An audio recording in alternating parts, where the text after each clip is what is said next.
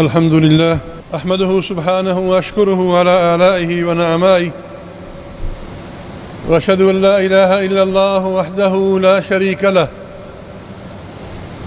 إله الأولين والآخرين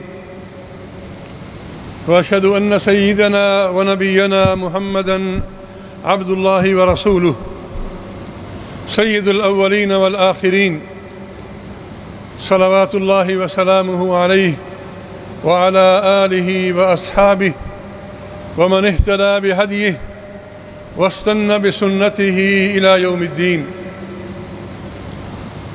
أما بعد، فيقول الله سبحانه وتعالى في محكم تنزيله: الذين إن مكناهم في الأرض أقاموا الصلاة وآتوا الزكاة وأمروا بالمعروف ونهوا عن المنكر وللہ عاقبۃ الامور.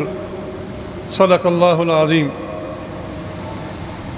معزز سامعین، اہل وطن نے چند دن پہلے 14 اگست کو یوم آزادی منایا، ابھی بھی منا رہے ہیں. اس میں کوئی حرج بھی نہیں ہے. اللہ کی نعمت پر اس کا شکریہ ادا کرنا، اس طرح کہ اس میں کوئی نافرمانی نہ ہو، اس کی کوئی ممانعت نہیں ہے. اور اتنی بڑی نعمت، آزادی کی نعمت، اس میں کوئی شک نہیں کہ آزادی ایک عظیم نعمت ہے اور غلامی ایک عظیم لعنت ہے. اور دین اسلام تو لوگوں کو آزاد کرانے کے لیے آیا. دین اسلام اپنے احکام میں بلکہ بہت سارے کفارات میں اس چیز کی طرف توجہ دلاتا ہے کہ اگر یہ ہو جائے تو غلام کو آزاد کر دو، یہ ہو جائے غلام کو آزاد کر دو. تو دین اسلام تو لوگوں کو آزاد کرانے کے لیے آیا ہے. اللہ تعالیٰ نے پاکستان کی شکل میں ہمیں ایک آزاد ملک عطا فرمایا ہے. جس نے آزادی کی قیمت جاننی ہو وہ فلسطین، غزہ، بورما اور ایسے ملکوں سے پوچھے جو بیچارے عذاب اور تکلیفوں میں اپنی زندگی گزار رہے ہیں. معزز سامعین، یہ آزادی ہمیں سونے کی پلیٹ میں رکھ کر نہیں دی گئی. اس کے لیے بہت قربانیاں دینی پڑی ہیں. اس کے لیے لاکھوں مسلمان شہید ہوئے. کئی ماؤں کے لخت جگر ان کے سامنے ذبح کر دیے گئے. کئی پاک دامنوں نے نہروں میں چھلانگ لگا کر پاکستان کی قیمت ادا کی. کئی بچے یتیم ہوئے، کئی عورتیں بیوہ ہوئیں، پھر یہ ہمیں آزادی نصیب ہوئی. لیکن سوال یہ ہے کہ آزادی ہے کیا؟ اس کی تعریف کیا ہے؟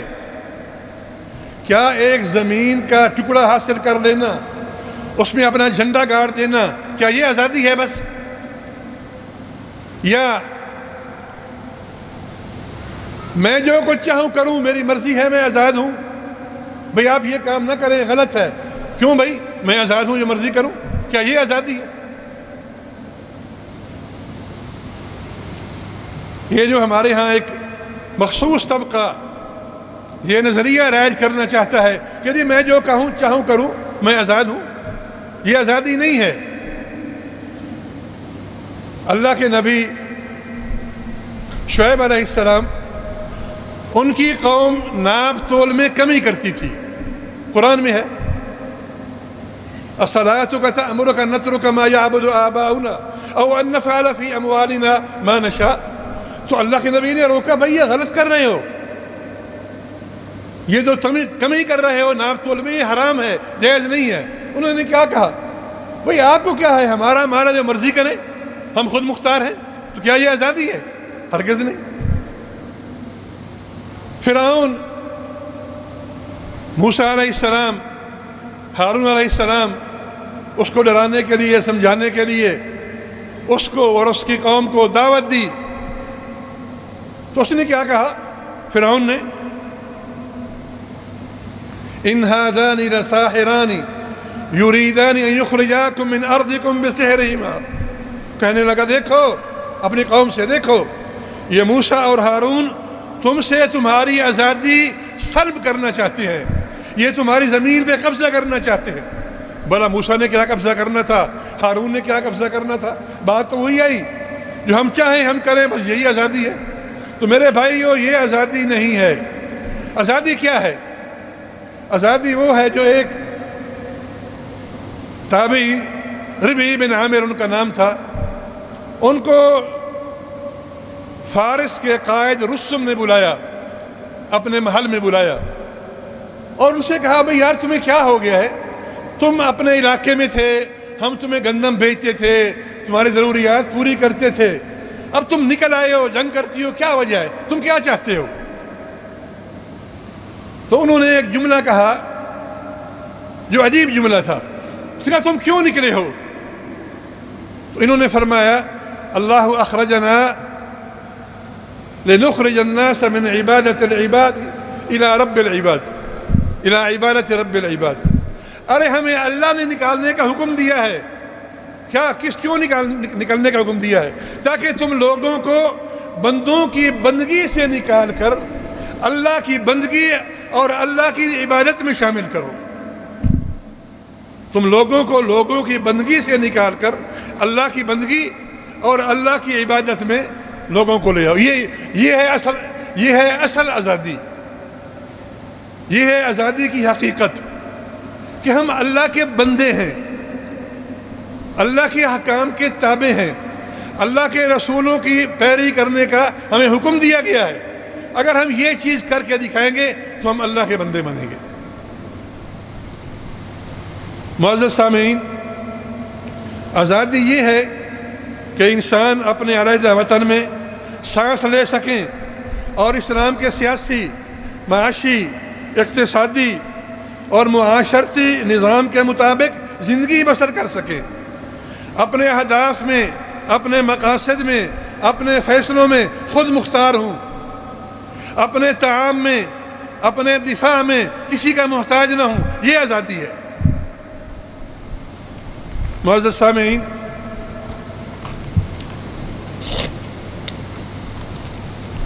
آزادی حاصل کرنا مشکل ہے، نہ کوئی شک نہیں ہے، لیکن یقین جانیں آزادی کی حفاظت کرنا اس سے مشکل ہے۔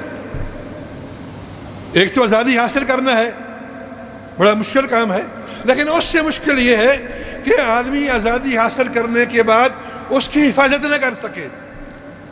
قائد اعظم رحمۃ اللہ علیہ نے 22 فروری 1948 کو فرمایا تھا، ہم نے پاکستان کی آزادی کی جنگ تو جیت لی ہے، یعنی ہم نے پاکستان کو آزاد کرا دیا ہے، ہم نے پاکستان کی آزادی کی جنگ تو جیت لی ہے، لیکن اس آزادی کو برقرار رکھنے اور پاکستان کو مضبوط اور مستحکم بنیاد پر تعمیر کرنے کی سنگین ترین جنگ ابھی باقی ہے۔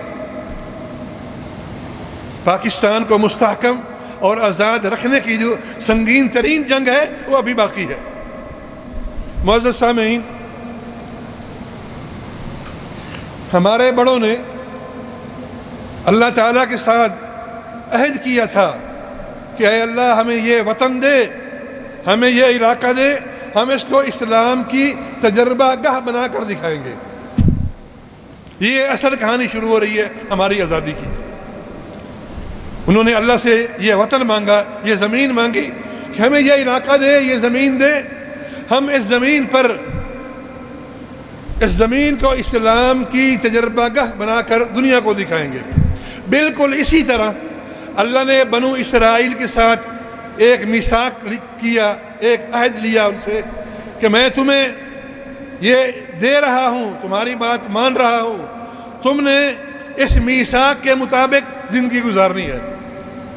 وقال اللہ انی معکم، اس میثاق کی دفعات بیان کرنے سے پہلے اللہ نے فرمایا وقال اللہ انی معکم، یاد رکھو میری معیت، میری نصرت، میری تائید تمہارے ساتھ ہے۔ کب؟ جب تم نے اس میثاق اور عہد کو پورا کیا۔ پھر قرآن نے اس میثاق اور عہد کے سیدھے نقطے بیان فرمائے کہ اس میں کیا تھا، اللہ نے ان سے کس چیز کا مطالبہ کیا تھا۔ تو قرآن کہتا ہے کہ اللہ نے فرمایا لا تعبدون الا اللہ، پہلی بات یہ ہے کہ میرے سوا کسی کی عبادت نہ کرنا، اللہ کے سوا کسی کی عبادت نہ کرنا۔ وقولوا للناس حسنا، لوگوں کے ساتھ اچھی بات کرنا، غلط بات نہ کرنا، غلط جملے استعمال نہ کرنا، غلط کلام نہ کرنا۔ اور لتبینہ للناس ولا تکتمونہ، جو اللہ نے تمہیں تورات کا علم دیا ہے وہ لوگوں کو بیان کرو گے، بتاؤ گے، چھپاؤ گے نہیں۔ اور فرمایا لا تسفکون دماءکم، خون ریزی نہیں کرو گے، قتل و غارت نہیں کرو گے۔ اللہ تقولوا علی اللہ الا الحق، اللہ کے بارے میں صحیح بات کرو گے، غلط باتیں منسوب نہیں کرو گے۔ یہ وہ چند میثاق کے دفعات ہیں جو اللہ نے بنو اسرائیل کے ساتھ طے کیے اور اس کی بنیاد پر وعدہ کیا کہ میری تائید، میری نصرت اور میری مدد تمہارے ساتھ ہوگی۔ لیکن افسوس کہ بنو اسرائیل نے عہد توڑ ڈالا، عہد شکنی کی، نبیوں کو قتل کیا، تورات میں تحریف کی۔ پھر اللہ نے کیا کیا؟ لعناہم وجعلنا قلوبہم قاسیہ، اللہ نے ان پہ لعنت کی اور ذلت اور رسوائی ان کا مقدر بنایا اور دل سخت کر دیے، حتیٰ کہ نصیحت بھی ان پر اثر نہیں کر رہی تھی۔ یہ تھا قصہ بنو اسرائیل کا اور اللہ کے ساتھ عہد کا اور عہد کو توڑنے کا اور اس کی سزا کا۔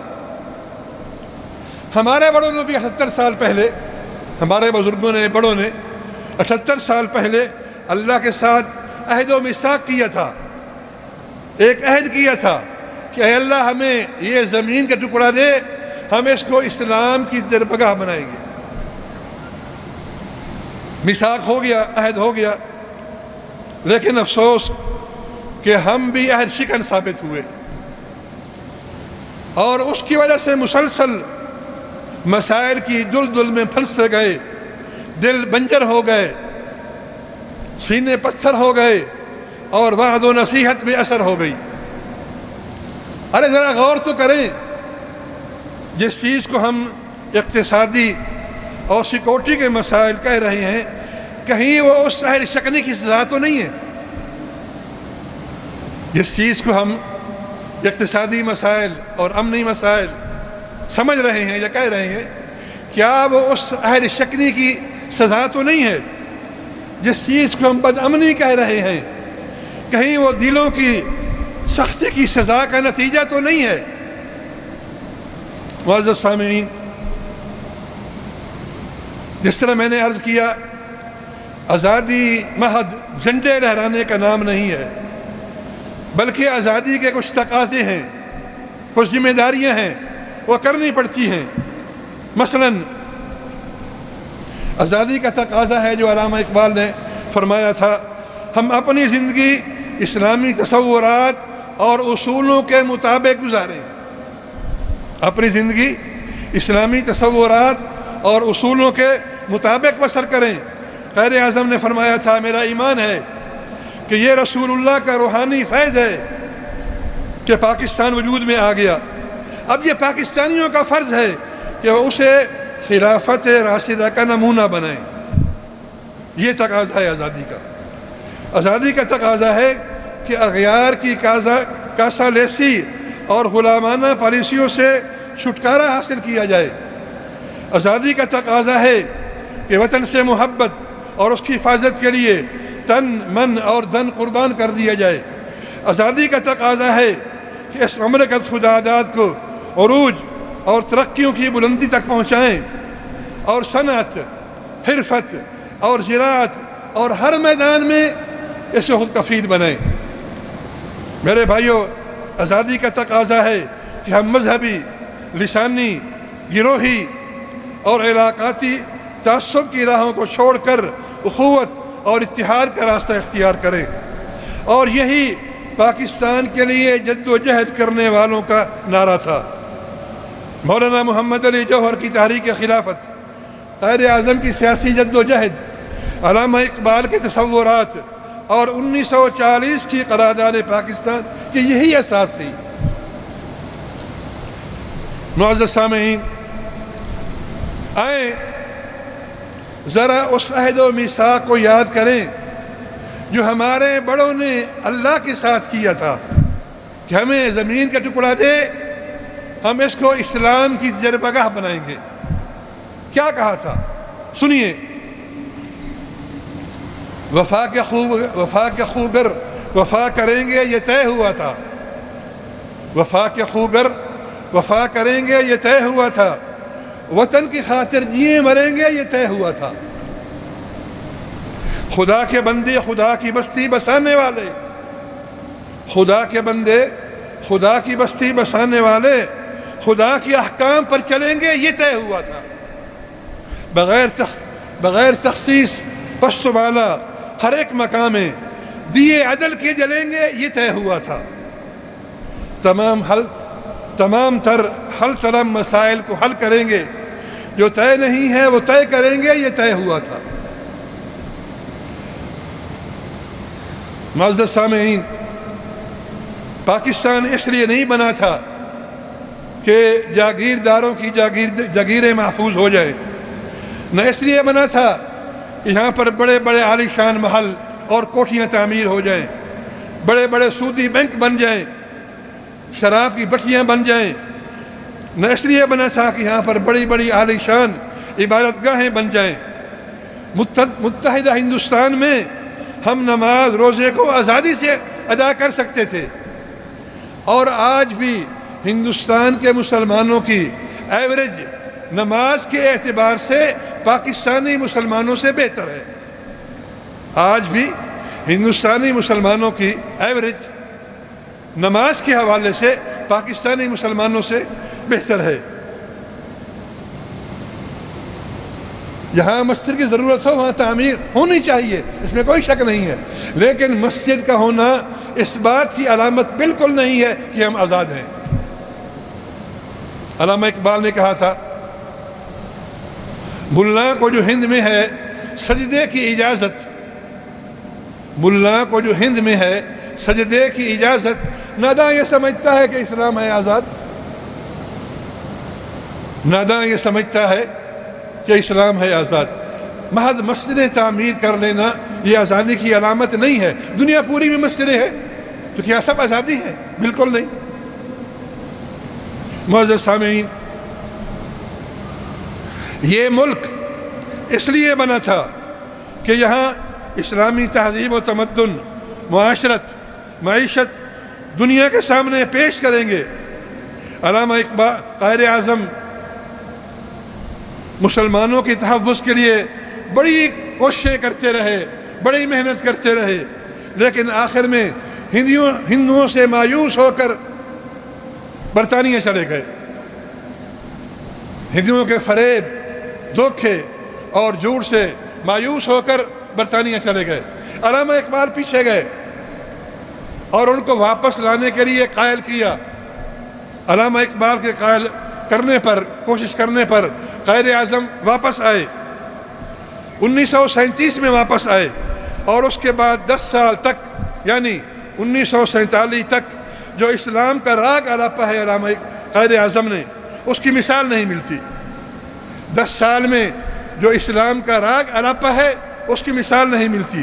مثلا ہماری تہذیب، ہمارا تمدن، ہماری معیشت، ہماری معاشرت، ہمارا دستور، ہمارے قوانین، ہمارے اصول، یہ پورے 10 سال اسلام کا تمدن، تہذیب، اسلامی معیشت، معاشرت، اس پر ان کے جو بیانات ہیں وہ اس پہ آتے تھے۔ جب آپ سے پوچھا گیا کہ پاکستان کا قانون کیا ہوگا، دستور کیا ہوگا، تو کہا وہ تو 1400 سال پہلے متعین ہو چکا ہے۔ اس پاکستان کا دستور تو 1400 سال پہلے متعین ہو چکا ہے قرآن کریم میں۔ میرے بھائیوں، پاکستان اس لیے بنا تھا کہ کہ یہاں اسلام کا اجتماعی نظام عدل قائم کیا جائے، اسلام کا اجتماعی نظام عدل قائم کیا جائے، وہ نظام عدل جس میں ایک عام آدمی کھڑے ہو کر خلیفہ سے یہ کہہ سکتا ہے کہ پہلے تو بتا کہ تیرا کرتا کیسے بن گیا، پہلے تو بتا جو تمہیں کپڑا ملا تھا اسے کرتا نہیں بنتا تھا، تو یہ کیسے بن گیا۔ ایک خاتون کھڑے ہو کر عمر سے یہ کہہ سکتی ہے کہ تم کون ہوتے ہو ہمارے مہر کی مقدار کو متعین کرنے والے۔ اللہ نے قرآن میں قنطار کا لفظ استعمال کیا ہے، اور قنطار کہتے ہیں بہت سارے مال کو، تم کون ہوتی ہو متعین کرنے والے کو۔ تو حضرت عمر نے کہا کہ آج ایک خاتون نے عمر کو دین سکھا دیا اور آلر واپس لے لیا۔ معزز سامعین، اس نظام کے لیے پاکستان بنا تھا، جس کی تلاش میں انسانیت نے کتنے تجربے کیے، کتنے چھلانگیں لگائیں۔ ملوکیت ختم ہوئی تو آسمان سے گرا، کھجور میں اٹکا، نام نہاد جمہوریت آ گئی، لیکن وہ سرمایہ دارانہ نظام بن کر پہلے سے بڑی لعنت ثابت ہوئی۔ پہلے جاگیردار مسلط تھا، اب سرمایہ دار مسلط ہو گیا، کیونکہ وہ نظام عدل اجتماعی جسے دے کر محمد عربی صلی اللہ علیہ وسلم کو بھیجا گیا تھا، اس کے رکھوالے سو گئے، اس کے کسٹڈیم سو گئے۔ ارے بھائیو، یہ نسخہ تو ہمارے پاس تھا، ہمیں دنیا کو پیش کرنا تھا۔ پاکستان تو بنا ہی اس لیے تھا کہ اس کا ایک نمونہ دنیا کے سامنے پیش کریں گے، لیکن کیا ہوا؟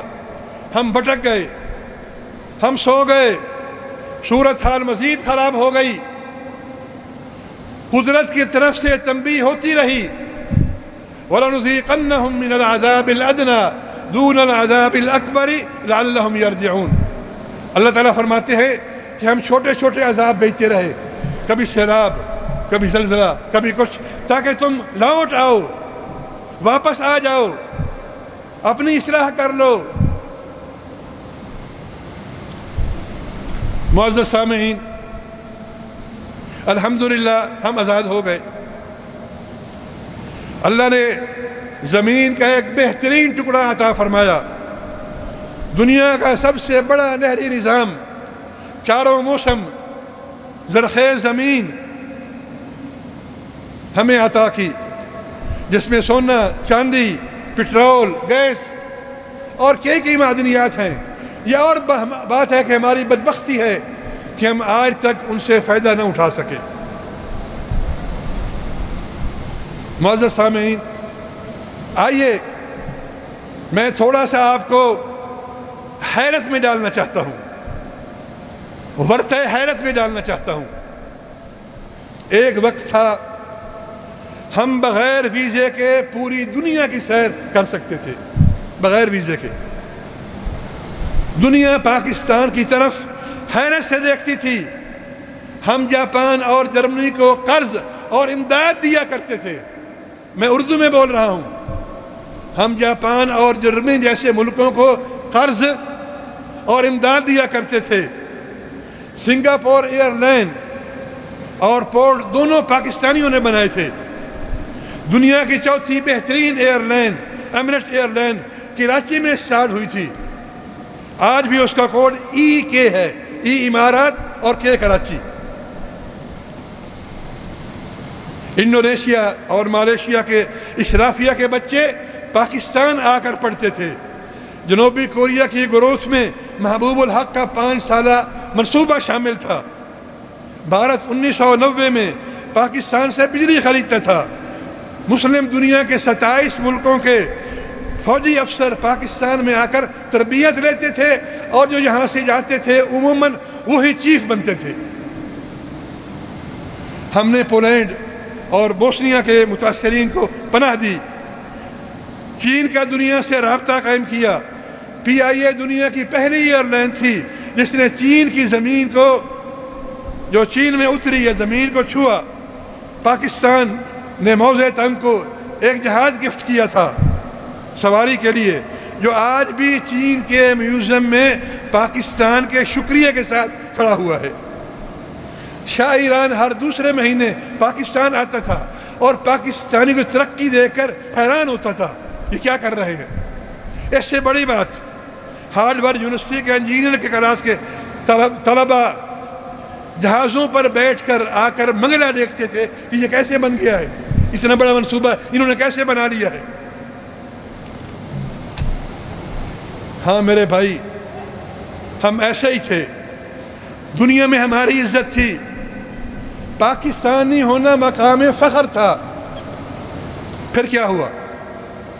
ہمیں نظر لگ گئی؟ نہیں، نظر نہیں لگی، بلکہ ہم کرپٹ ہو گئے، سرکش ہو گئے، ظالم ہو گئے، راشی ہو گئے، سود خور ہو گئے، خدا کی زمین پر اس کے باغی ہو گئے، دنیا کے سامنے ذلیل و خوار ہو گئے، پسماندگی، معاشی بدحالی، بد امنی، انحطاط اور تنزلوں کی نشانی بن گئے، مافیاز بن گئے، گندم مافیا، چینی mafia, petrol mafia, medicine mafia, قبضہ گروہ، پتہ نہیں کیا کیا بن گئے۔ معزز سامعین، ہم نے پیارے پاکستان کے ساتھ دھوکہ کیا، جو اس کے بنتے وقت عہد کیے تھے وہ پورے نہ کیے، انصاف کا نظام قائم نہ کر سکے، معیشت کو درست نہ کر سکے، انتخابی نظام کو ٹھیک نہ کر سکے۔ اور سچی بات تو یہ ہے کہ ہم نے بڑی محنت، جد و جہد، بلکہ ایمانداری سے اس ملک کو تباہ کیا۔ ہم نے اس کی عزت اور وقار کو ایڑی چوٹی کا زور لگا کر مٹی میں ملایا۔ اب سوال یہ ہے کہ کیا اب کوئی واپسی کا راستہ ہے؟ کیا اب کوئی واپسی کا راستہ ہے؟ جی ہاں ہے۔ میں مایوس نہیں کرنا چاہتا، مگر دھوکے میں بھی نہیں رکھنا چاہتا۔ راستہ تو ہے، لیکن اگر ہم آج اس کو اختیار کرنے کے لیے تیار ہو جائیں، اگر ہم آج اپنے اوپر رحم کر لیں تو راستہ ہے، ٹھیک ہو سکتے ہیں، اور اللہ کے فضل و کرم سے اگلے 15-20 سال میں ہم بہترین قوم بن سکتے ہیں، مگر اس کے لیے ہمیں سخت فیصلے کرنے ہوں گے۔ پہلی بات، ملک میں امن، سیاسی استحکام لانا ہوگا۔ یقین کریں، امن و استحکام کے بغیر کوئی سرمایہ کاری نہیں کرتا۔ دوسری بات، ملک میں اجتماعی عدل قائم کرنا ہوگا۔ امیروں غریبوں کے لیے ایک ہی قانون ہو، امیروں کو ٹیکس میں چھوٹ دے کر اور تنخواہ دار اور غریبوں پر ٹیکس بڑھا کر، یہ عدل نہیں ہے۔ ملک کے تمام سٹیک ہولڈر ایک بار بیٹھ کر اگلے 20 سالہ کا کوئی پروگرام بنائیں، کوئی منصوبہ تیار کریں، اور پھر اسے کوئی چھیڑنے کی جسارت نہ کرے۔ ملک کو بزنس فرینڈلی بنایا جائے، جو یہاں کا سرمایہ کاری مشین کارخانہ لگانا چاہے اسے ٹیکس کی 4-5 سال کی چھوٹ دی جائے۔ ملک میں انتخابی اصلاحات متعارف کرائی جائیں، ملک میں کرپشن، بے ایمانی، اس کا خاتمہ کیا جائے۔ 30 سال کی عمر کے جوانوں کو، عمر تک کے جوانوں کو ہنر سکھایا جائے، کوئی بے روزگار نہ رہے۔